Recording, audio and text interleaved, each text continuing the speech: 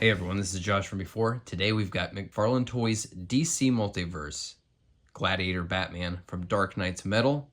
I had to pick this guy up through cmdstore.com, which is an old reliable standby. You don't hear about them as much as some of the other online retailers, but they come through. I try not to use them very often though because you do pay for the shipping. If you're hunting this guy down in the store, good luck to you. Let's get him out of the box. So you probably know by now that I just released my updated Batman ranking video. And it's too bad that I just did that because if this guy were to be on that list, after just spending a few minutes with him, I think he would have been pretty high. He's got a really incredibly detailed sculpt, a really nice amount of color variation throughout. Really stoked to see this much painted silver on here, but you could go further with it. If you're a custom painter, you're going to have a field day with this guy. There's so many nooks and crannies and fun little details to bring out. Like just his helmet there alone, these spots here where it looks like it's kind of, the metal's kind of oxidized. It's got dings and scratches in it. The cape has these braids running down through that. That is just out of sight. Look at this. Look at the dimension of these folds. This is so fun. The face underneath that mask looks very much like the way Capullo draws, kind of does that chin with as few lines as possible, and saves his calories for putting the deech in all these other places. And this thing is covered in cool little storytelling details, you know? These shoulder pauldrons that are huge bats with the wings sort of folded together. They remind me of the stanchions at the Haunted Mansion in Disney World. Look at these shoulders. The amount of range here is ridiculous. So those shoulder pauldrons do go up over the cape like so. When you want to lift those, frankly, well over a T.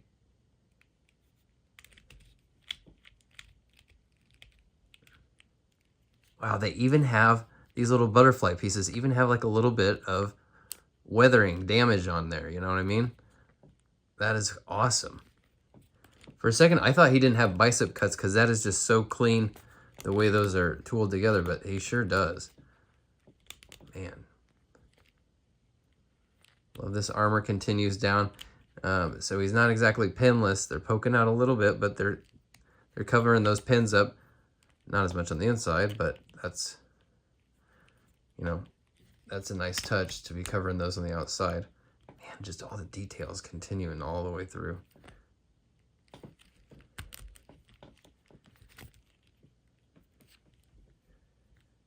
Super tight double elbows.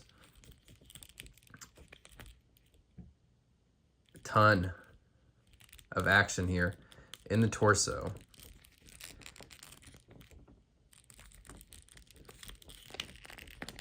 I mean, this is out of sight. Really love that silver coming from underneath the breastplate. Just baller detail all throughout, right? All these little tassels hanging down. Another great spot where to maybe go even harder on the paint. Bring out those laces running up there. So underneath here, it kind of looks like he's got these straps sort of wrapped around his legs. And you wouldn't even know that they're there, but guess what? Thigh cut, folks. Presumably because this guy is meant to, I think, be riding the Joker Dragon.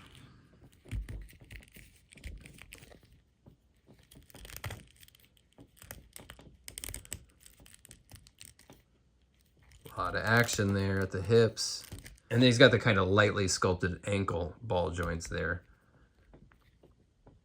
Toes and, oh, sick tread on the bottom of his boots there. That's badass. And he comes with this sick axe. Looks like the axes that are on his belt there. They kind of look like the chromed out axe from that movie, that Nicolas Cage movie, Mandy. Anybody see that? All kinds of detail on here. Silver paint. Love that there's some silver paint on there. But again, more great details that could be really taken one step further with some additional paint.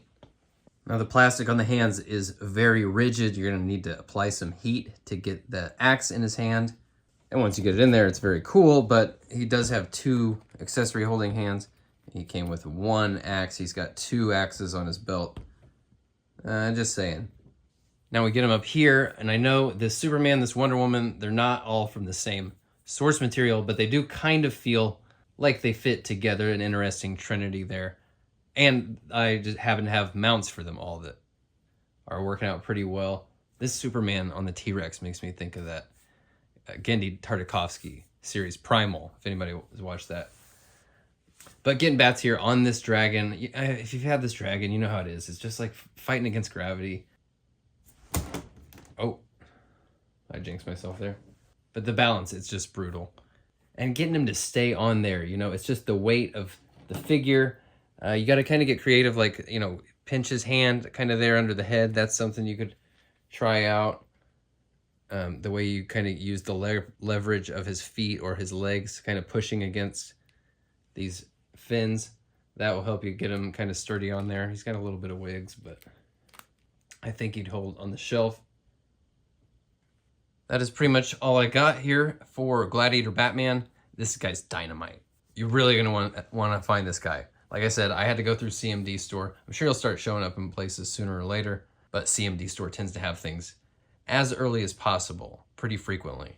It really is a shame that this guy wasn't in the running for the Batman ranking list that I just did.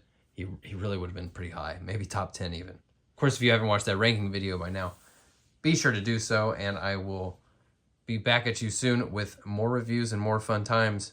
Thanks for your ongoing support. Thanks for helping us hit 10,000 subscribers, and thanks for watching.